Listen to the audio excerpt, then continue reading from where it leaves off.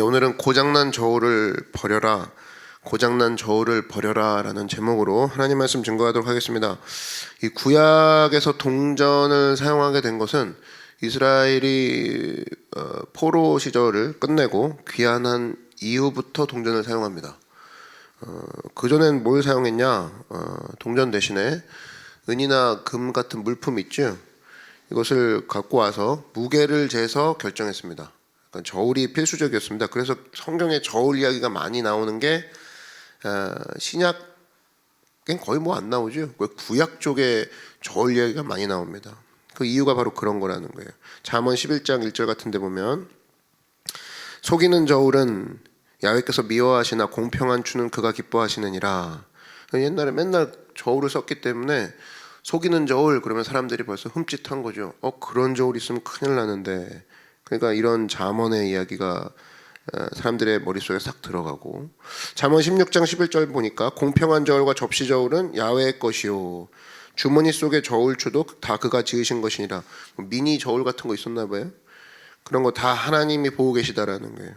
따라서 구약 때는 보면 어떤 것이 무거우면 무거울수록 더 가치 있는 것이었고, 또 무거운 것이 가치가 있었고 영광이다, 그런 개념이 있었습니다. 그래서 영광에 해당되는 히브리어 카보드는 이 무게라는 뜻을 같이 지니고 있어요. 하나님의 영광은 다른 말로 하나님의 무게라는 뜻이죠. 예배는 뭐냐? 하나님의 무게를 인정하는 거예요. 내 삶이 무겁습니다, 내 문제가 더 무거워요 하고 나왔는데 하나님이 더 무겁다 임마 딱 했을 때 거기에 인정하는 거, 그게 예배거든요. 바르지 않은 예배는 뭐냐? 하나님 이외의 거에 더 무게를 느끼고 있는 거, 소위 말해 스트레스겠죠. 하나님 이외의 거에 더 스트레스 받고 있는 거, 뭐 받는다, 그 인간이 표현 잘하는 것 같아. 그러는 거요. 스트레스 받는다, 무게 아니에요? 뭐 중압감, 뭐 압박감, 다 무게라고 느끼는 거 아닙니까?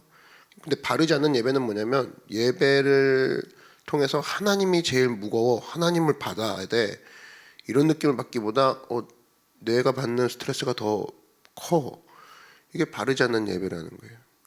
이거는 또 저울에 비교해서 알 수 있는 게, 우리 자신을 저울이라 그러면은 뭐 이런 거죠. 오른쪽에 하나님을 모셔놓고, 또 근심이라는 걸 없앨 수는 없으니까 오른쪽에 하나님을 모셔놓고 그다음에 왼쪽에 근심을 딱 올려놨는데, 바른 예배는 뭐예요? 누가 더 무겁다고 인정하는 거예요. 내 삶에 무거운 거 같이 있는 거니까 하나님이 더 무거워 해서 근심이 딱 올라가 있어야죠.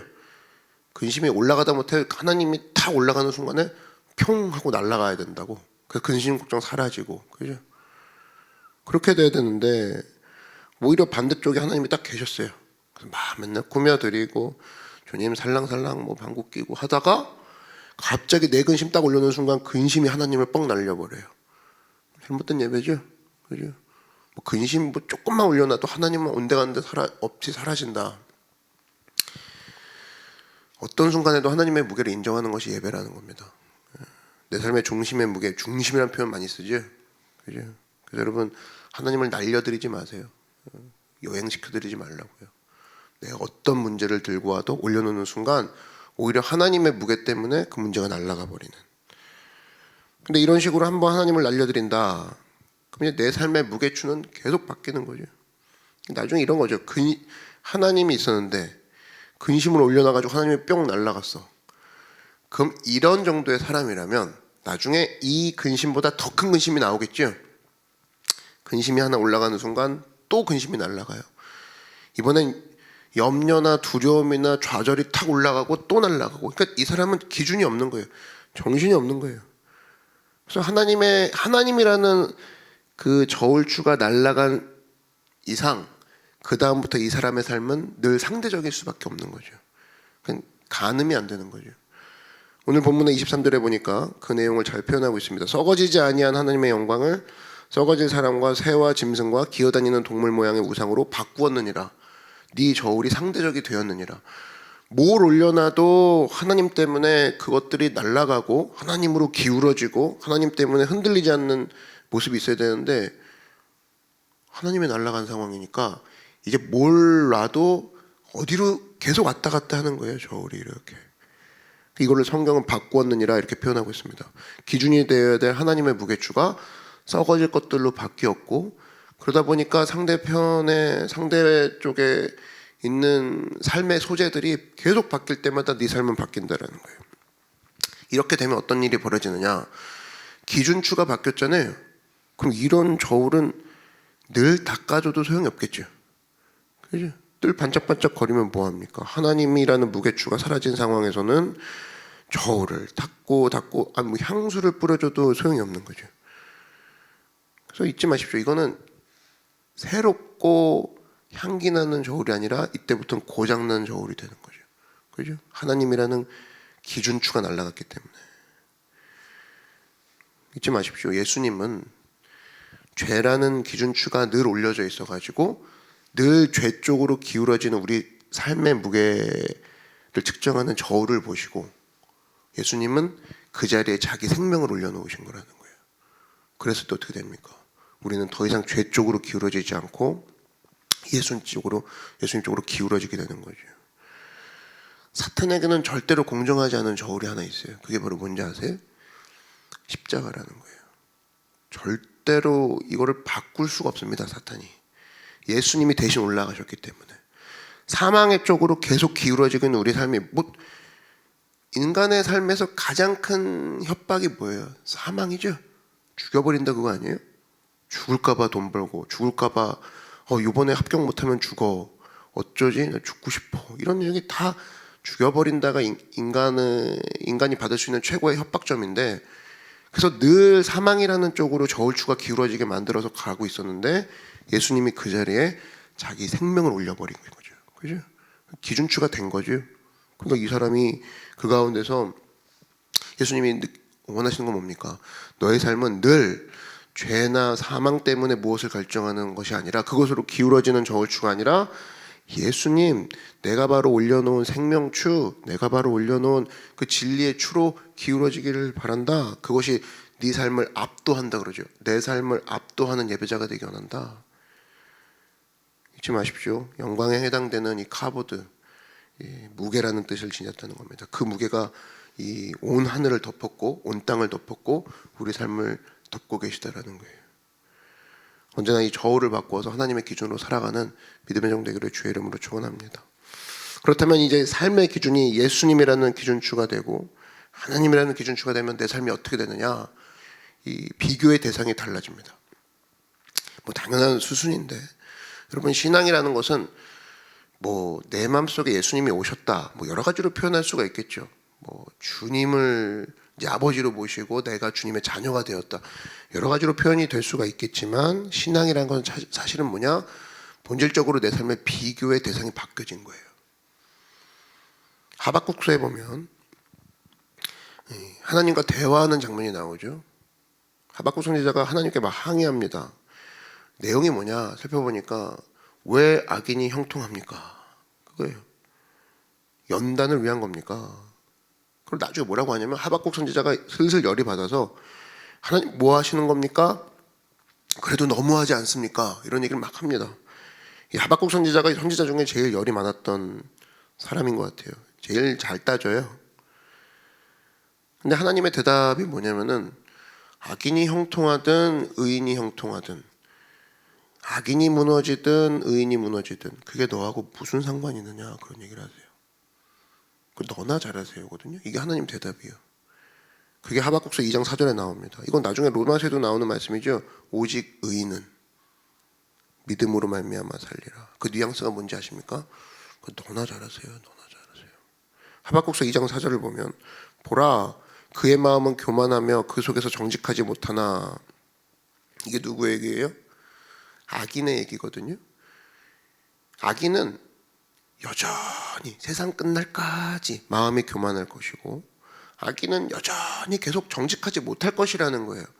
교회가 세워지고 새 생명이 일어나고 하나님을 믿는 자들이 막 눈물 뿌리면서 기도하는 모습이 계속 한쪽으로 계속되지만, 악인은 계속 교만해질 거고 악인은 계속 정직하지 못한 상태로 있을 건데, 그게 너랑 무슨 상관이라는 거예요. 그러면서 오직 의인은 믿음으로 말미암아 살리라. 너나 네 믿음이나 잘 챙겨. 그 얘기거든요. 여러분, 우리가 많은 순간에 깨지고 넘어지는 이유가 뭐예요? 비교입니다. 비교. 대부분이에요.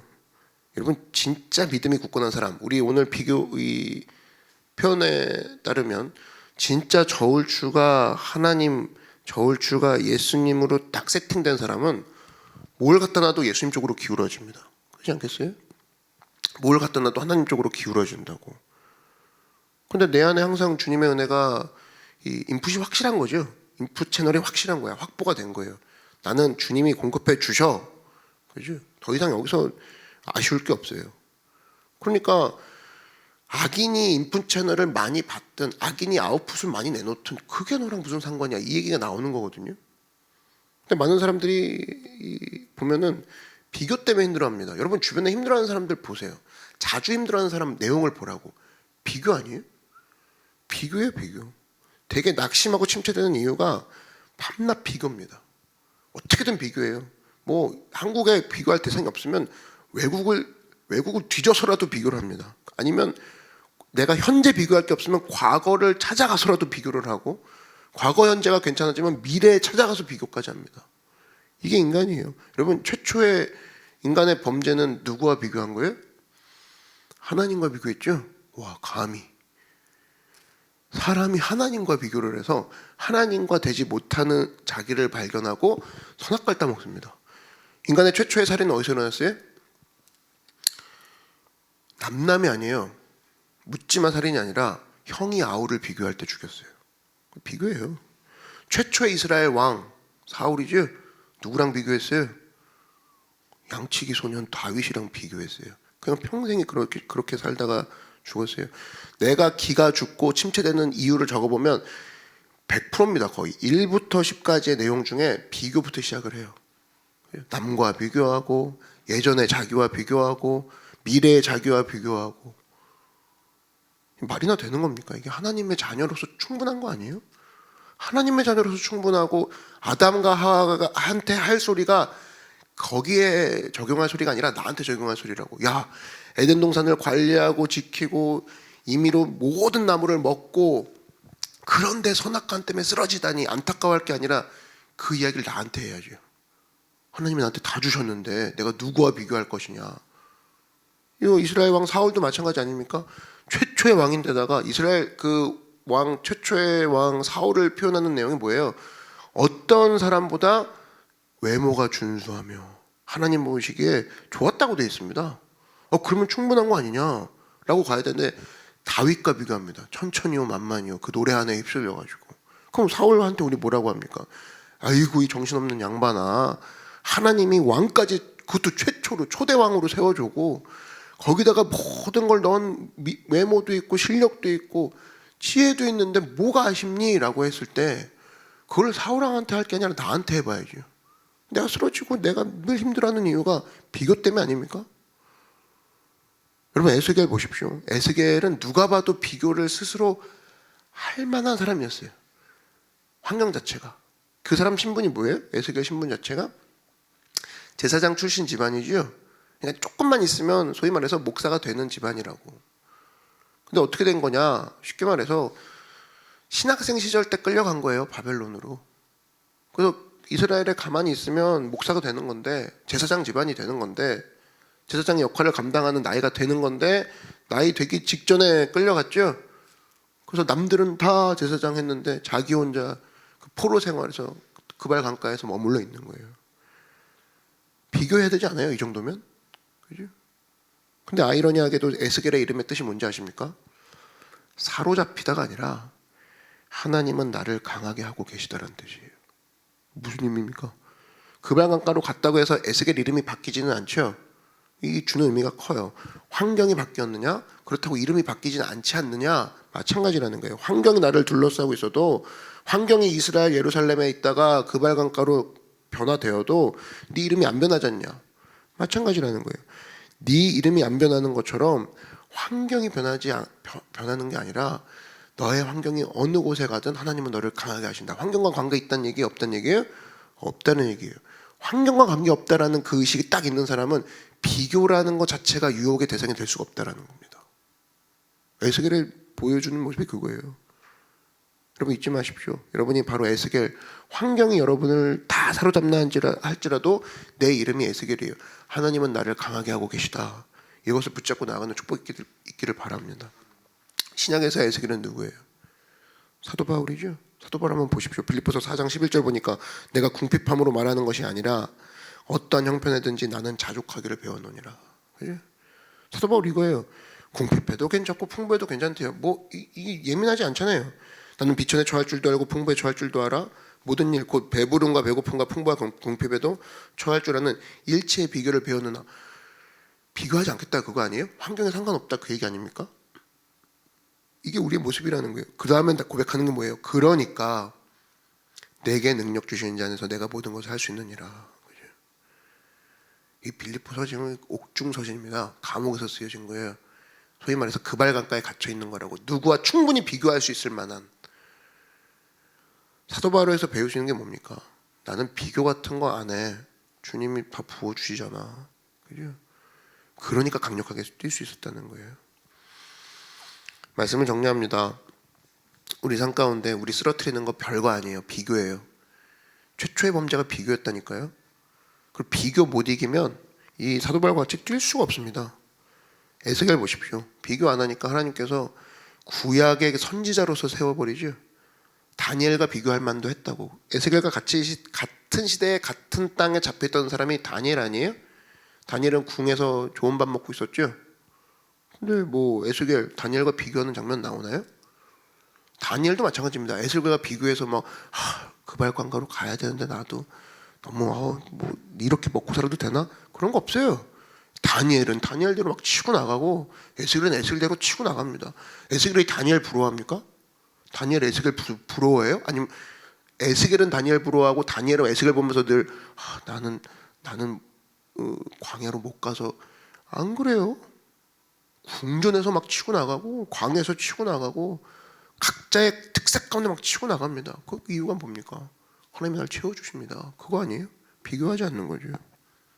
그 또 하나 내 삶 가운데 무게추가 있어요. 저울 겉으로만 자꾸 닦지 말고 뭐 하나 올려놓으면 또 하나 날아가고 이러지 말고 하나님이라는 거대한 기준추가 딱 있는 상황에서 뭘 올려놔도 하나님 쪽으로 기울어버리는 그런 고장난 저울을 고쳐서 주님 앞에 새로운 저울로 거듭나는 믿음의 축복 있기를 주의 이름으로 축원합니다. 이 시간 기도하겠습니다. 하나님, 내가 하나님보다 무거운 것이 무엇입니까? 하나님보다 무거운 나의 근심 염려 다 내려놓고 예수님의 저울, 하나님의 저울로 바뀌게 하여 주시고 하나님 내 삶 가운데 비교라는 것 뛰어넘게 하여 주셔서 사도 바울과 같이 다니엘과 같이 주님 앞에 쓰임받는 에스겔 같은 하나님의 축복을 더하여 달라고 주님의 이름 한번 부르고 다 같이 간구하겠습니다. 주여, 사랑의 주님 감사합니다.